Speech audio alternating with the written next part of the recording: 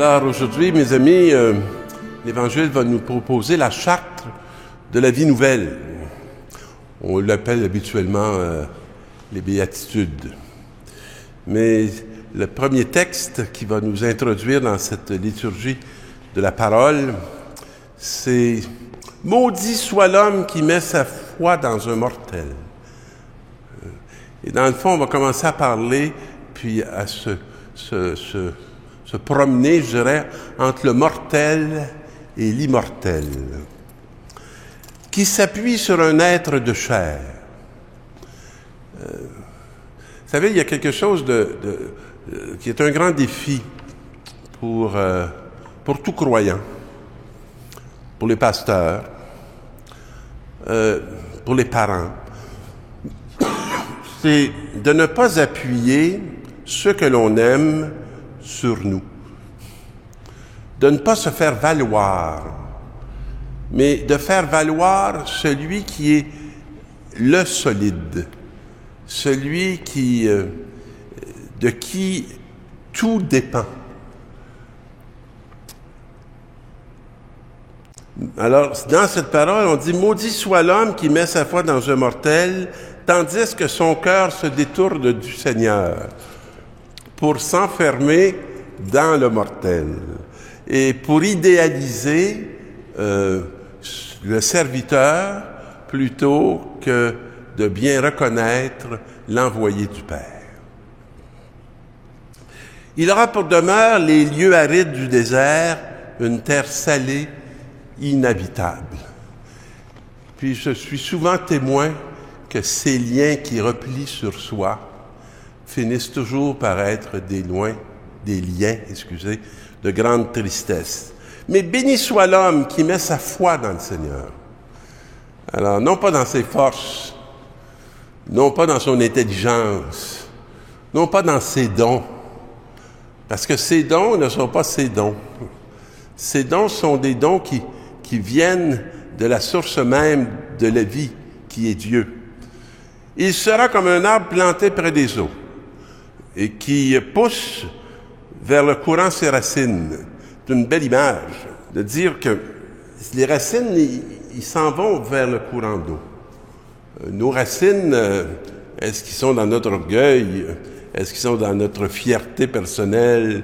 Est-ce qu'elle est dans notre argent, dans notre réussite, dans la reconnaissance que les autres ont de nous en nous regardant, ou dans la reconnaissance qu'ils ont de ce que Dieu est en train d'accomplir? Il ne craint pas quand vienne la chaleur, et son feuillage reste vert. Ben oui, ses racines, ils sont dans l'eau. L'année de la sécheresse, il est sans inquiétude. Il ne manque pas de porter de fruits.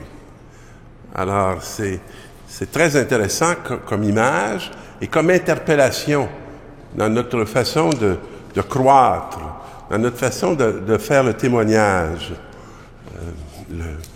Et pour moi, c'est une parole qui a fait beaucoup de sens. Dans mon ministère auprès des personnes handicapées, vous savez, on peut facilement vouloir appuyer sur nous-mêmes la personne, parce que sa fragilité nous conduit à poser cet acte-là. J'étais dans une célébration dernièrement où les enfants nous faisaient dire le chapelet. Et il y avait dans l'assemblée un petit enfant que j'avais remarqué, qui était autiste. Et je me suis tourné quelquefois pour le regarder parce que dans son son harmonieux, il était un peu discordant de l'ensemble. À un moment donné, à la fin de la célébration du chapelet, je suis allé voir sa maman pour lui demander « C'est votre enfant? » Elle m'a dit « Oui. » Elle m'a dit, je lui ai dit « Il est autiste? » Elle dit « Oui. » Elle dit « Comment vous avez fait pour voir ça? » Ah ben j'ai dit « Moi, j'ai beaucoup cheminé avec les enfants handicapés. » Je dis « On me les présente pas, puis je les reconnais. » Et vers la fin de notre rencontre, elle vient me voir, me demander de prendre une photo avec ses deux fils. Alors, ben, je dis avec joie. Puis j'avais déjà demandé le nom de l'enfant, puis j'avais dit quelques mots. Alors, délicatement, je l'approche de moi pour la photo, mais lui, spontanément, il s'appuie sur mes genoux, puis il s'assoit sur moi. Puis là, la mère est toute surprise, puis elle me dit, il a l'air bien. Ah, ben, je dis oui, il a l'air très bien. Et là, il se met à fredonner un air. Un air. Elle dit, mais il chante? Ah, ben, je dis, il chante.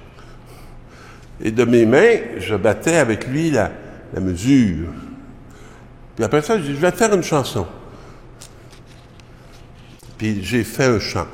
Puis lui s'est mis à suivre la mesure. Conduire les enfants à Dieu plutôt qu'à soi. Entrer dans la vie, dans l'harmonie de l'alliance, du lien. Et ils sont étonnants, ces jeunes enfants autistes, qui vont facilement discerner là où se trouve la vie. Et ils sont d'une sensibilité extraordinaire. Ce sont de grands envoyés que le monde a peur. Alors, en ce temps-là, Jésus va descendre de la montagne avec les 12. J'ai l'impression que je fais ça, moi, toutes les semaines, quand après la messe du dimanche, je descends de mon trône de président, puis je m'en vais sur le plancher. Et là, je me mets à rencontrer un grand nombre de disciples, puis une multitude de gens qui viennent souvent un peu partout, surtout dans nos assemblées actuelles. Autrefois, on avait beaucoup de gens qui venaient tous du Québec, mais aujourd'hui, c'est très varié. Hein?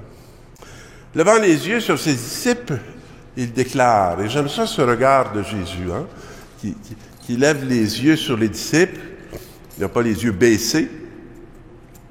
Heureux les pauvres. Pas évident de comprendre cette parole-là lorsque tu la reçois pour la première fois. Parce que nous, on pense que le bonheur, c'est dans la richesse. C'est pas dans la pauvreté.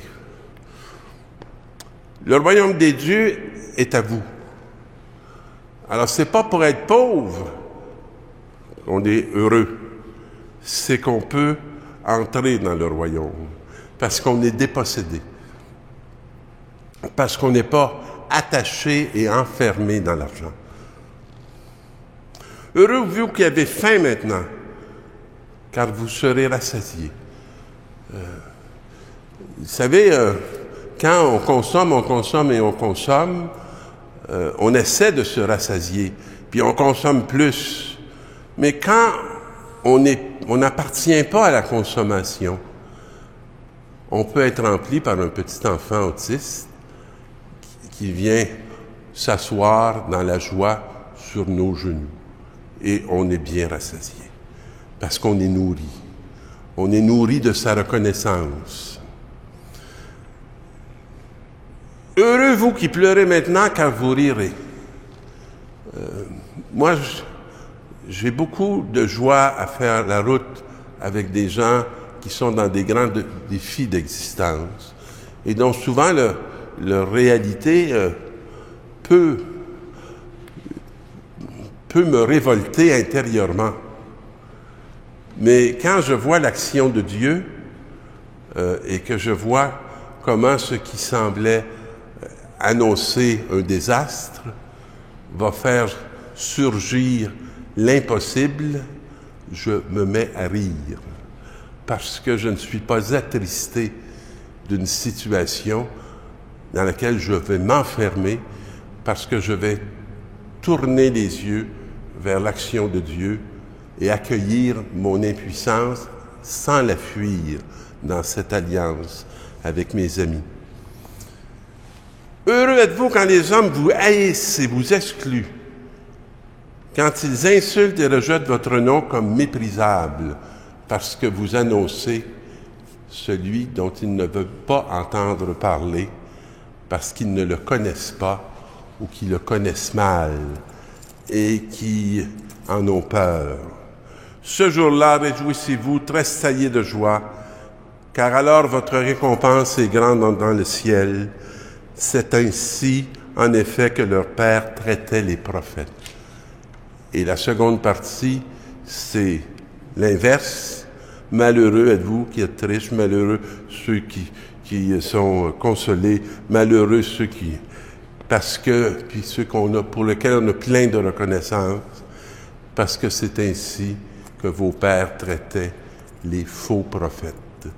Alors le bonheur, il est dans notre capacité d'être à la hauteur de notre dimension de prophète. Alors je vous souhaite de bien vivre le prophétisme que le Seigneur vous a confié et qui est important pour la transformation de notre monde. Bonne semaine, mes amis.